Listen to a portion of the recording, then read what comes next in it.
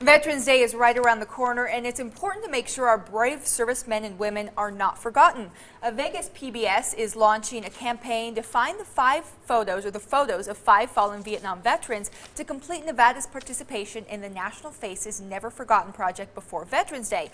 Joining me to talk about this important project is Deborah Salt with Vegas PBS. Yes. Welcome. Good morning. Thank you. Thank you for having us. Oh, thank you for being here.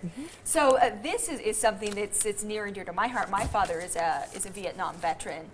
Tell me a little bit about this initiative. What is it doing? Basically, there's a woman who started it, but it's a project out of Washington, D.C., where they're looking at putting a face on all of our fallen soldiers and our missing soldiers from that era for the Veterans Memorial, building a Veterans Interpretive Center so that we can tell their stories and see their pictures, making it real for people. Yeah. So what is your part in doing this then? What are you looking for? Well, Vegas PBS, there are 5 fallen heroes here in the state of Nevada that they've named. We just recently found one of them.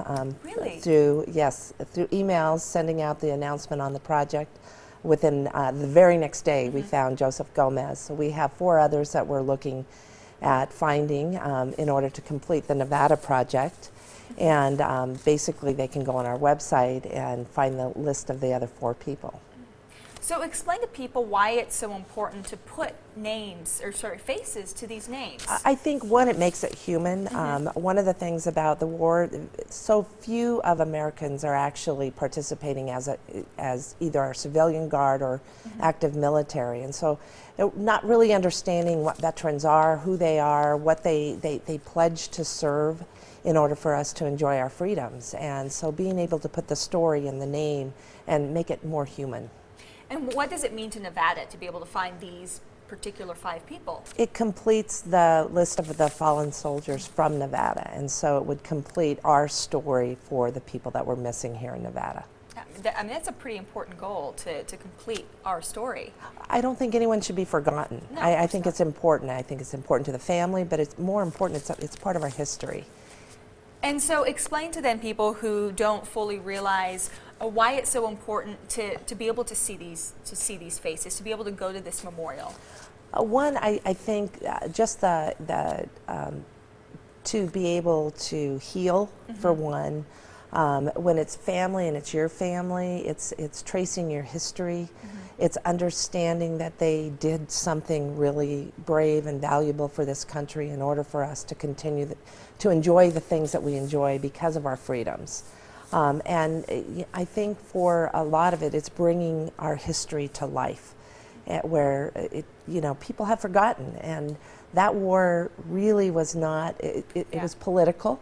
Yeah. People were either for it or not, but when they came home, they were kind of forgotten. So I think it's a way of really celebrating the fact and giving value to what they did do on our behalf.